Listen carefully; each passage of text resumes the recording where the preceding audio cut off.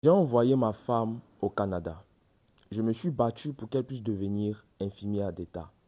Et aujourd'hui, elle est en train de me faire vivre ce que je n'aurais jamais imaginé vivre.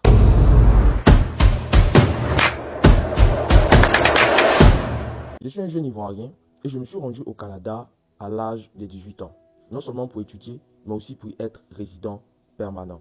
Donc Dieu par sa grâce, les choses se sont bien passées dans ma vie. J'ai commencé à travailler, j'ai obtenu un boulot, j'ai même eu la possibilité de pouvoir m'acheter une maison. Dans la vie d'un homme, à une période donnée de l'histoire, on a tous l'envie de vouloir se marier. C'est ainsi que j'ai vu plusieurs de mes amis se marier avec des femmes blanches, des femmes mexicaines et j'en passe. Mais moi, je voulais forcément avoir ma femme africaine.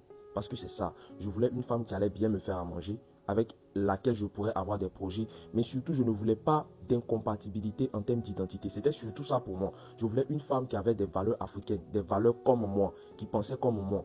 J'ai eu l'opportunité d'épouser des femmes blanches, mais j'ai dit non, moi je voulais ma femme. J'avais placé des vacances où je me suis rendu en Côte d'Ivoire, dans l'optique de pouvoir saluer ma famille. Et là, il faut dire qu'il y a une amie à ma petite soeur vraiment que j'ai vue qui m'a frappé dans l'œil. Une petite fille bien polie, qui respectait et tout ça.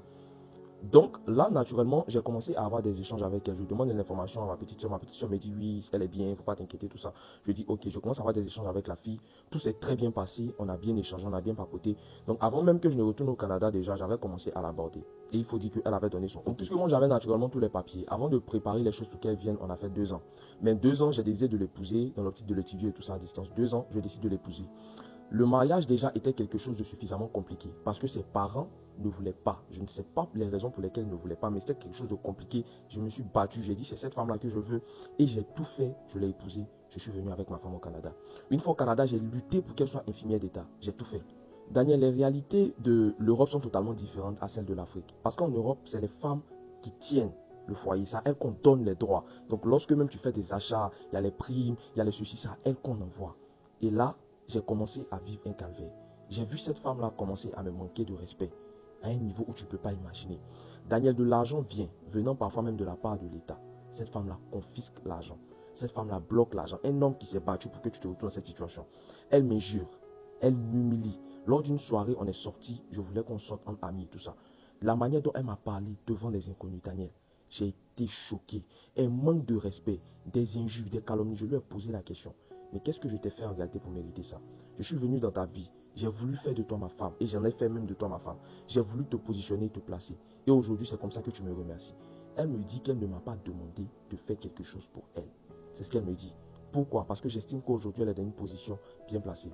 Daniel, je suis en train de trouver les formules dans le droit simplement pour protéger ma maison. C'est tout.